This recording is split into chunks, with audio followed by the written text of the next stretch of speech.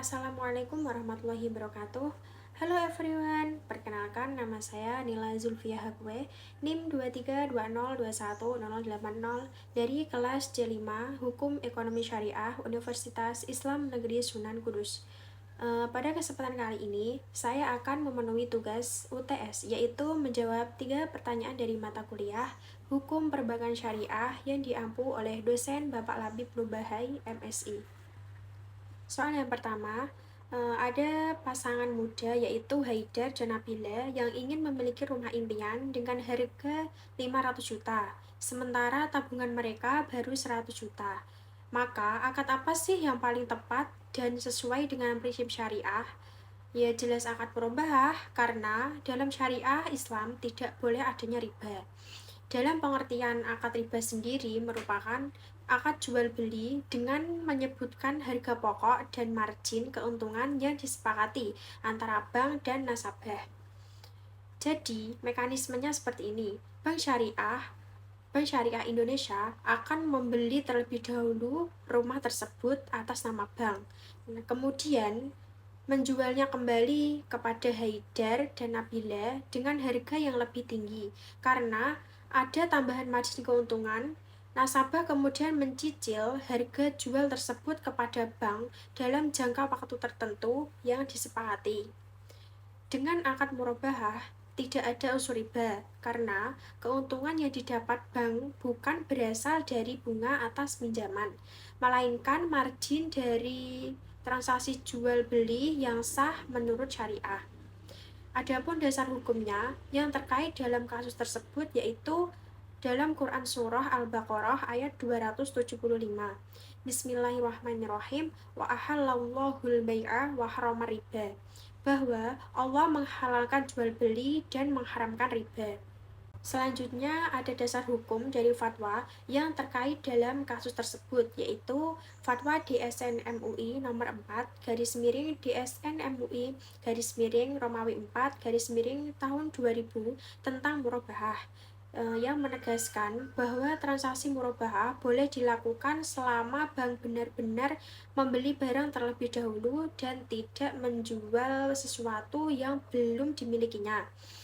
Nah, selain itu, murabahah juga diperkuat oleh Undang-Undang Nomor 21 Tahun 2008 tentang Perbankan Syariah yang menyebutkan bahwa kegiatan usaha bank syariah salah satunya meliputi transaksi jual beli berdasarkan prinsip syariah. Saya akan membuat contoh sederhananya yang mudah dipahami. Misalnya, kamu mau beli sepeda tapi uangmu belum cukup, terus kamu beliin dulu sepedanya, lalu kamu bayar tuh pelan-pelan secara bertahap ke kakakmu, tapi dengan harga sedikit lebih tinggi ya, karena kakakmu bantu membelikan sepedamu. Nah, jadi seperti itulah contoh yang simple dari akad murabah ya teman-teman. Nah, akad ini sangat cocok untuk pembelian rumah karena objeknya jelas, harga dan keuntungan disepakati di awal, dan pembayaran bisa dilakukan secara cicilan tanpa bunga. Nah, demikian Haidar dan Nabila dapat mewujudkan rumah impian mereka tanpa harus khawatir terjerumus pada praktik riba. Nah, enak banget kan? Rumah dapat, halal juga dapat. Nah, itu penjelasan dari soal nomor 1. Selanjutnya soal yang kedua. Nah, apa fungsi utama perbankan syariah? Nah, fungsi utama perbankan syariah itu kan sebagai lembaga intermediasi. Lembaga intermediasi sendiri itu merupakan lembaga yang menyalurkan dana dari pihak yang memiliki kelebihan dana sebagai sohibul mal dan pihak yang membutuhkan dana sebagai mudhorib. Nah, artinya bank syariah berperan sebagai perantara antara pemilik modal dan pengguna modal, tetapi dengan cara yang halal dan sesuai syariat Islam. Nah, berbeda dengan bank konvensional yang memberikan bunga, bank syariah menyalurkan dana dengan akad-akad syariah seperti mudharabah, musyarakah, murabahah, ijarah, dan sebagainya. Nah, melalui mekanisme ini, bank tidak hanya mencari keuntungan, tetapi juga mendorong pemberdayaan ekonomi umat dan menjaga keadilan dalam transaksi. Lalu, bagaimana bank syariah itu mendapatkan keuntungan? Nah, ada beberapa cara, yaitu eh, melalui margin jual beli atau yang disebut murabahah. Misalnya, bank membeli barang lalu menjual kembali kepada nasabah dengan margin yang disepakati dari awal. Nah, adapun melalui bagi hasil atau yang disebut mudorobah dan musyarakah. Nah, bank menanamkan modal dalam suatu usaha dan keuntungannya itu dibagi sesuai nisbah yang disepakati. Nah, adapun melalui ujroh atau fee seperti biaya administrasi, layanan transfer, atau akad ijarah yang disebut sewa menyewa. Nah, dengan prinsip ini, keuntungan bank syariah berasal dari aktivitas ekonomi yang nyata, bukan dari spekulasi atau penambahan bunga atas pinjaman uang. Nah, inilah yang membuat sistem syariah lebih berkeadilan dan berkah, karena semua pihak itu memperoleh manfaat secara halal dan transparan. Atau yang jelas pokoknya ya. Nah, jadi fungsi intermediasi bank syariah tidak hanya menyalurkan dana, tetapi juga menjadi motor penggerak ekonomi umat. Nah, melalui sistem yang bersih dari riba, gharar, dan maisir. Nah, seperti itulah penjelasan dari soal nomor 2. Selanjutnya soal yang ketiga, yaitu apa larangan dalam bisnis syariah dan pandangan masyarakat tentang bank syariah sama dengan bank konvensional. Nah, dalam Islam, kegiatan bisnis dan transaksi keuangan harus berlandaskan prinsip keadilan dan kehalalan. Nah, karena itu, ada 3 hal utama yang dilarang dalam bisnis syariah, yaitu meliputi yang pertama ada riba. Riba itu bunga atau tambahan yang tidak sah, justru diharamkan dalam syariat Islam. Nah, misalnya seperti seseorang meminjam uang 1 juta, lalu harus mengembalikan sebanyak 1.200.000, tambahannya kan 200.000.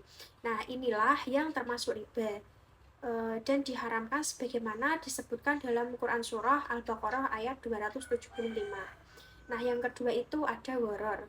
Gharar yaitu ketidakjelasan atau spekulasi berlebihan. Misalnya seperti menjual barang yang belum dimiliki atau menjual ikan di laut tanpa memastikan jumlah dan jenisnya. Nah, transaksi seperti ini dilarang karena mengandung unsur ketidakpastian yang dapat merugikan salah satu pihak. Nah, yang ketiga itu maisir. Maisir itu judi atau spekulasi untung-untungan. Nah, misalnya seperti investasi dalam saham spekulatif atau perjudian online. Nah, Islam melarang hal ini karena dapat menimbulkan kerugian sosial dan ekonomi. Nah, lalu muncul pertanyaan di masyarakat, bukankah bank syariah itu sama saja dengan bank konvensional? Jelas tidak sama, karena bank syariah itu kan menerapkan sistem bagi hasil dan tidak mengenal bunga atau ribawi. Sedangkan bank konvensional itu menerapkan sistem suku bunga untuk keuntungannya. Nah, perbedaannya terletak pada akad, sistem, dan tujuan. Nah, di bank konvensional yaitu hubungan antara nasabah dan bank adalah kreditur dan debitur. Nah, sedangkan di bank syariah itu kan adalah mitra usaha, musyarakah atau mudharabah. Nah, bank konvensional itu memperoleh keuntungan dari bunga, sedangkan bank syariah dari bagi hasil, margin, dan ujroh. Kata lainnya fee. Nah, selanjutnya bank konvensional itu kan berorientasi pada profit semata, sedangkan bank syariah juga mengedepankan keberkahan dan kemaslahatan umat. Jadi, walaupun sama-sama menggunakan sistem keuangan modern, bank syariah memiliki nilai moral dan spiritual yang membedakannya secara fundamental. Semoga dengan memahami hal ini, masyarakat semakin yakin bahwa sistem perbankan syariah itu adalah solusi ekonomi yang adil, berkah, dan sesuai tuntutan Islam. Nah, itu penjelasan dari soal yang ketiga. Demikian jawaban yang saya pahami mengenai akad murabahah, fungsi perbankan syariah, dan larangan dalam transaksi bisnis syariah. Jadi, dapat disimpulkan bahwa bank syariah mengajarkan kita bisnis dengan cara yang jujur dan halal. Nah, demikian jawaban dari saya. Kurang lebihnya mohon maaf. Wassalamualaikum warahmatullahi wabarakatuh. See you.